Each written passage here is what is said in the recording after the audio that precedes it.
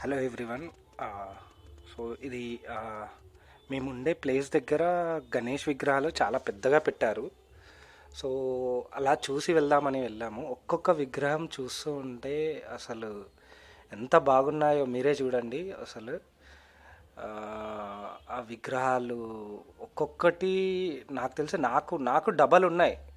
I'm 5.6.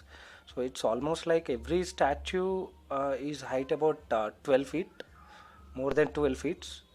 So ఈ విగ్రహం చూసినట్లయితే మీరు ఇది ఇది వెంకటేశ్వర స్వామి విగ్రహం లాగా ఉంది. ఇక్కడ చూసినట్లయితే ఇక చూడండి, ఇక్కడ మీరు క్లియర్గా చూడొచ్చు. ఇది కూడా సేమ్ అలాంటి విగ్రహమే. సో ఈ విగ్రహం చూడండి. సో ఇక్కడ లంబోదర విగ్రహం ఇది ఎంత బాగుందో చూడండి. సో ఇక్కడ చూడండి, ఇక్కడ చూసినట్లయితే మీరు ఛత్రపతి విగ్రహం, ఛత్రపతి శివాజీ విగ్రహం.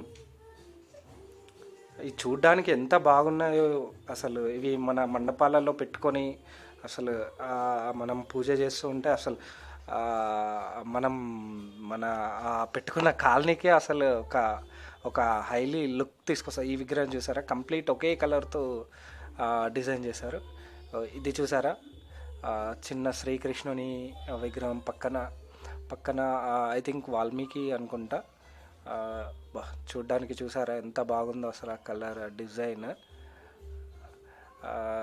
నాకు తెలిసి ఈ విగ్రహాలు ఇక్కడ ఇక్కడ తయారు చేయరు అనుకుంటా. ఇది చూడండి, ఛత్రపతి శివాజీ విగ్రహం, ఛత్రపతి శివాజీ విగ్రహం.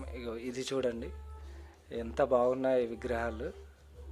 సో ఇది చూడండి, వాల్మీకి, శ్రీకృష్ణుడి విగ్రహాలు.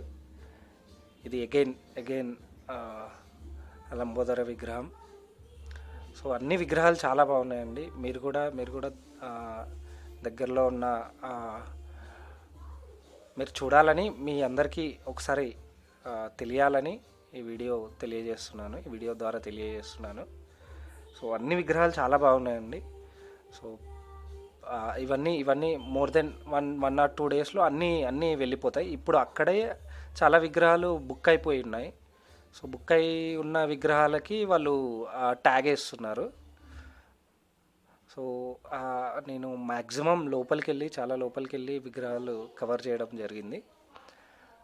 సో చాలా కష్టపడి తయారు చేసి ఉంటారు. ఒక్కొక్క విగ్రహం తయారు చేయడానికి మినిమం 3 to 6 months పడుతుంది. ఇది చూసారా, అయోధ్య చూడ్డానికి ఎంత బాగుందో. అయోధ్య రామ మందిరం విగ్రహం.